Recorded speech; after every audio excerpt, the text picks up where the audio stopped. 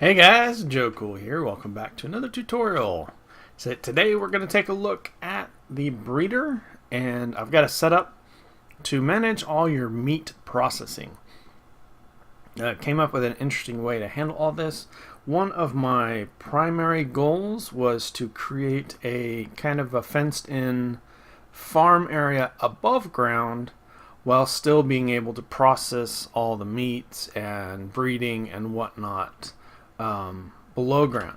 Now the interesting thing with, let's see, here is the chronotyper, which is one of the blocks that we'll be using.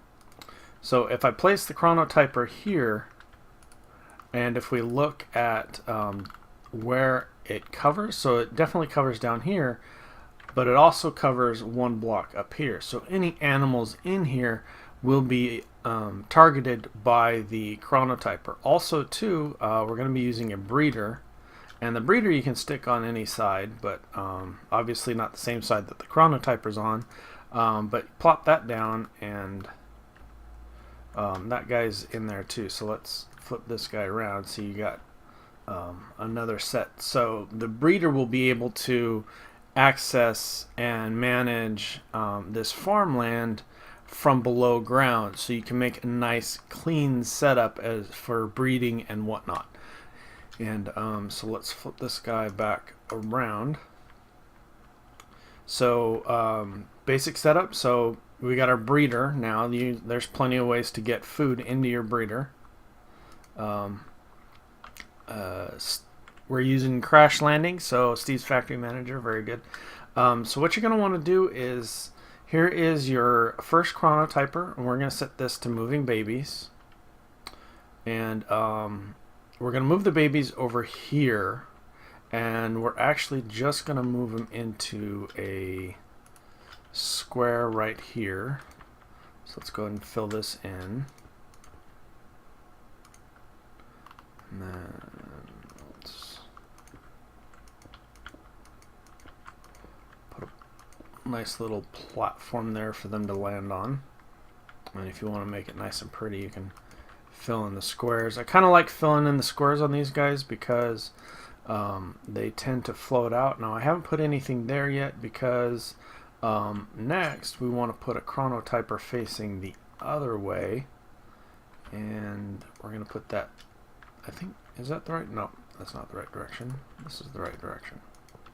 There.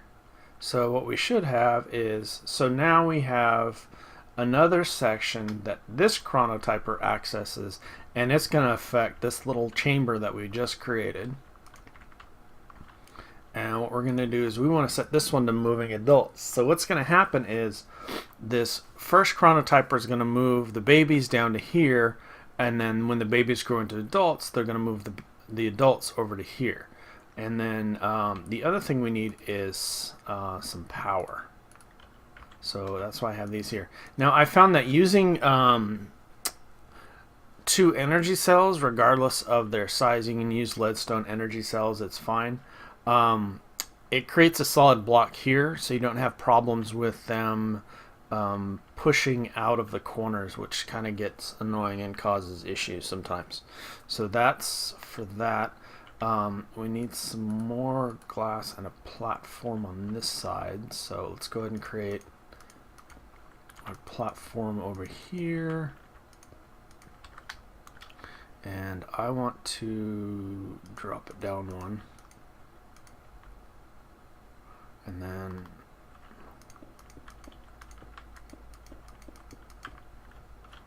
so that's your platform. That's pretty much it as far as creating bunches of adults. Now what you can do is, if you just want the plain meat, you can put a spike here and then glass this back up, and then put actually right here, throw in a vacuum hopper, and that's it. That's all you need for that. And obviously you need to power that guy. And but we want full-on processing. So what I've come up with is a way to if we drop it down one more, because I like things being nice and clean. So what you can do, let's get this guy down here.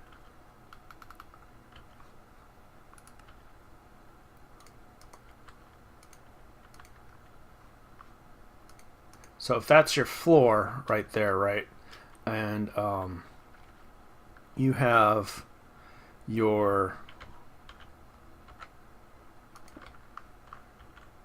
dudes under here. Let's see here. So what we're going to do is we're going to take a piston. We're going to put one piston there, and then put another piston. Actually, we need another piston out here. And so what that's going to do is, let's put this guy there, and we got that guy there. So if we got a button here, is we're going to be able to change whether or not, so now it's landing on a solid ground. And the other thing we wanted to do is, let's get up in here. I'm going to put an igniter. So we want to be able to cook our food automatically. And then let's add a button right here. Okay. So now we have this guy. So now I want to be able to detect when there's an animal in there. And we're going to do that with a mob counter. Now what you want to do is you want to bring this down, so they're going to be at this level, so we want to bring it down 2. So 1, 2. So we want it down at this level, and then you can pick any direction you want to go. So if I put it right there, it would be able to detect it, but I want it back to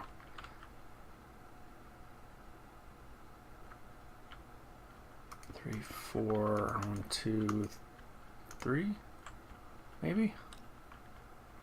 So if we drop a mob counter there and we take a look at this, okay, so it's not quite where we want it. So we want it right there.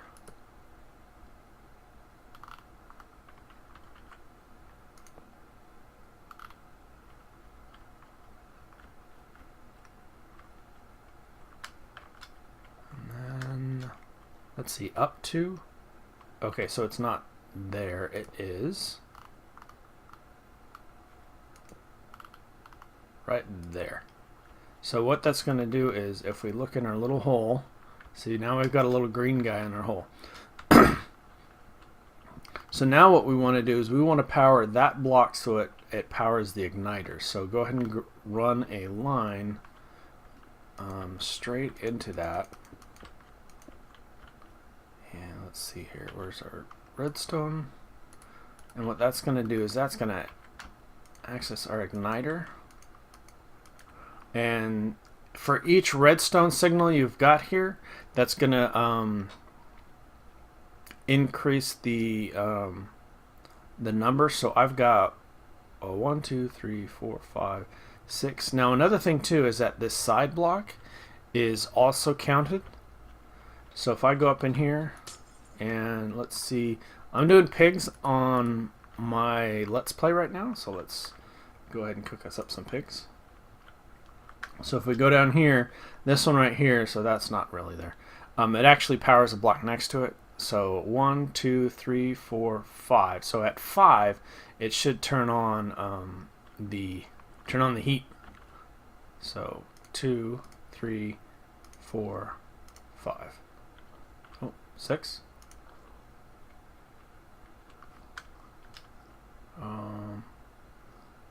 Oh, interesting.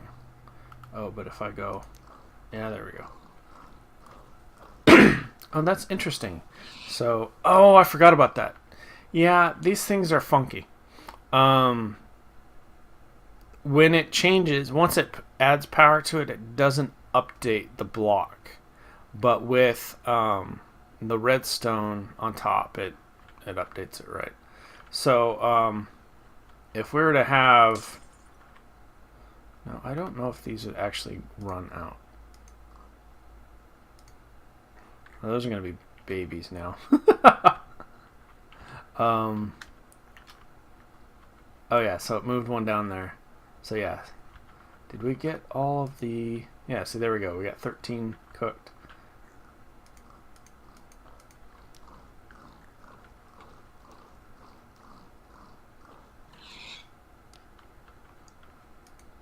$24 cooked. And the other thing is that when you change it, where is it at? There we go. So no matter how many that fall down here, it's not going to turn on the igniter because it has an opaque block down there, and then you end up with raw meat. So no matter what you end up in here,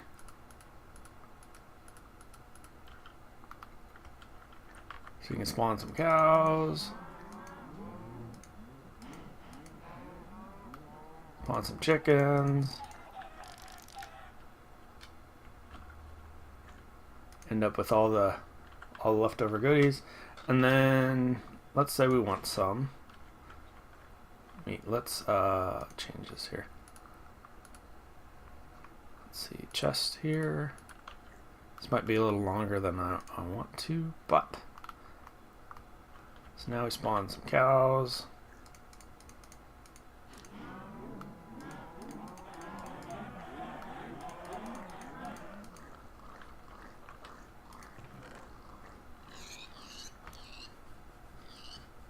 All kinds of goodies. So I hope that helps. I hope that's a neat little situation. So let's...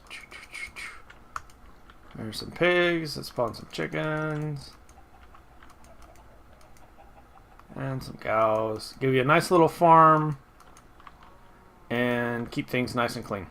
Alright guys, well thanks again for stopping by. I hope you appreciate this. I hope it helps you making stuff and makes it a little cleaner, nicer, and cooler. Alright guys, take care and have a good one.